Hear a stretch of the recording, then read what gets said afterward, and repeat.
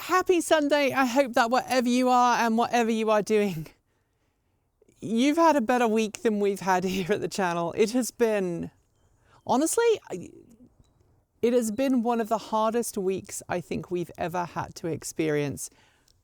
We've just had a lot going on. Different team members have been having to deal with a lot of stuff externally. I've had a lot of projects externally. Michael's car broke down, so we've been trying to help Michael out all week, and I don't know if we're going to be able to fix it and how that's going to look looking forward. So it has just been a very busy week, and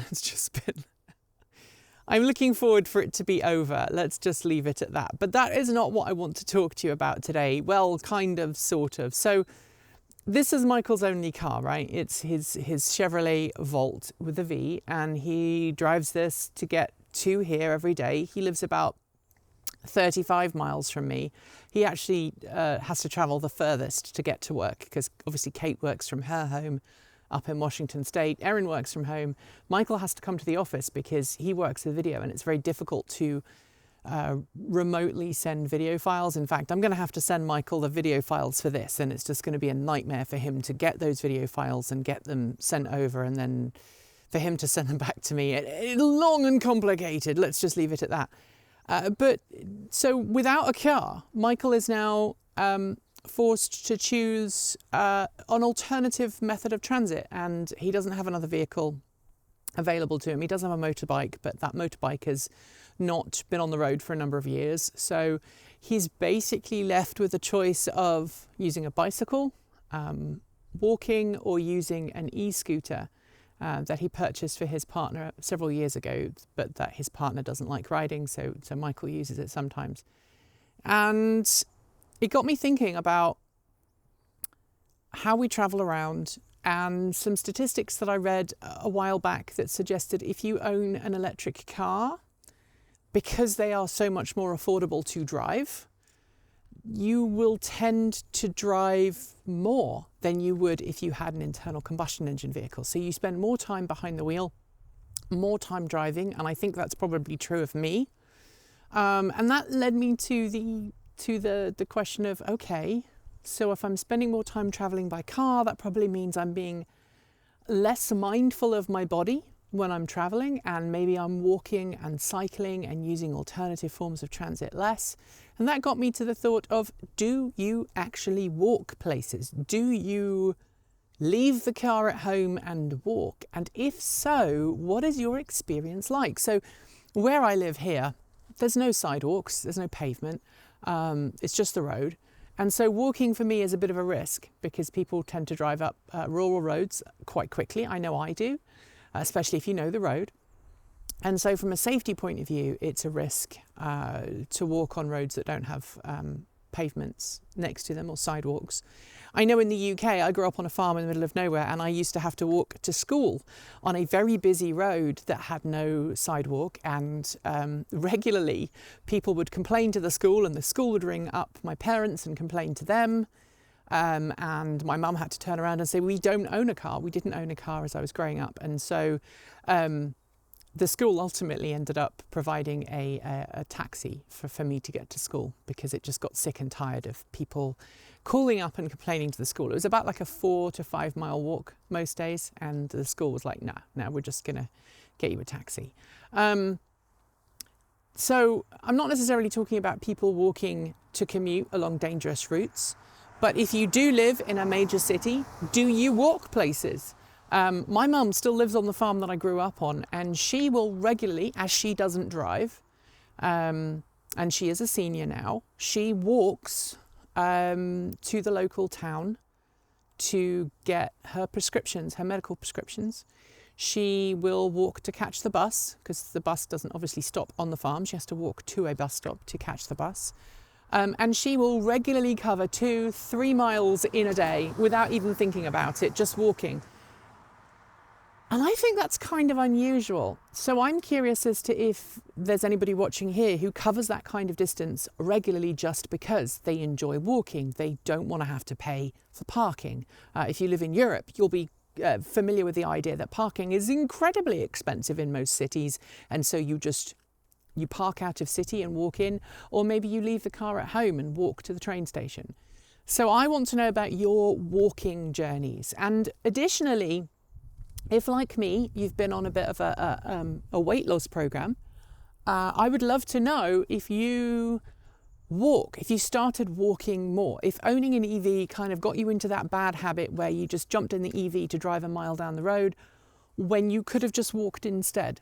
Now, obviously, I know that there are parts of the world where walking in the height of summer or the depths of winter are really unpleasant. But again, you know, I know people who walk long distances in really hot places and people who walk long distances in really cold places. The human body is very forgiving as long as you give it everything it needs. So water and shade in a hot place, and you give it enough warmth for the winter, and you make sure you don't have any exposed skin. You can still do those things. It's just a different experience to going for a walk on a Sunday in the park. So I would love to know about your walking experiences. Perhaps you own a dog, as I do. I have 2 dogs, and you go walking with them at the weekend, whether it's to the beach, to a dog park. How far do you walk? How far are you comfortable walking? I would love to know in the comments below, because I have a feeling that over the last 50 years or so, we as a species on this little blue dot hurtling through space walk less than we used to, because car ownership is more common, because most of us now live in an environment where it's expected that you will drive rather than walk. I know when I was growing up, people used to get very upset if they thought that I wasn't driving somewhere. It was very alien to them that, you know, I would have to set out for a Saturday music group an hour before I needed to be there, even though I lived less than, you know, a mile or 2 from the place, because I would have to pack everything up and jump on a bicycle in that case and cycle. Although, you know, when I used to be an organ scholar, I used to have to get up at 5 o'clock in the morning, walk to the local church where I played the organ and practice for 2 hours before then going and having a lesson. So I know that my kind of my attitude towards walking has changed. I know that as I've lost weight, I am more pro walking than I used to be. This time last year, I would get very out of breath walking long distances. But now I'm like, yeah, a couple of miles, sure, bring it. As long as I've got comfortable shoes, as long as I've got comfortable clothes, as long as I've got water, I'm generally happy. But what about you? And also, to finish, if you are a Chevrolet Volt technician or you know about these vehicles and you want to help us get this fixed, please let me know. I actually purchased a dongle from Amazon, believe it or not, because it was the only place I could buy it, that could connect this car to a computer and help us fix the problem. But when I installed all the software, the virus checkers on my computer went absolutely AWOL. I'm still getting rid of all of the viruses that Windows now says it has because we plugged that in. So yeah, if you know, if you have any solutions or suggestions, please let me know, because I would love to know about them. Additionally, be nice in the comments section. The amount of homophobia or transphobia, racism that we've seen in the TE comments, it's just been really soul destroying, frankly. It's been horrid, and nobody has enjoyed dealing with it on the team, and it's taken us about 3 or 4 hours this week, just to deal with it all. And it's so exhausting. It really is. Anyway, on that note, we are done for today. If you liked it, you know what to do, and feel free to tip us with a super thanks. The comments are open for your thoughts, as is the Discord chat room. There is a link below. If you want more, subscribe, hit the bell, and follow the links to support us with a YouTube membership or a Patreon subscription.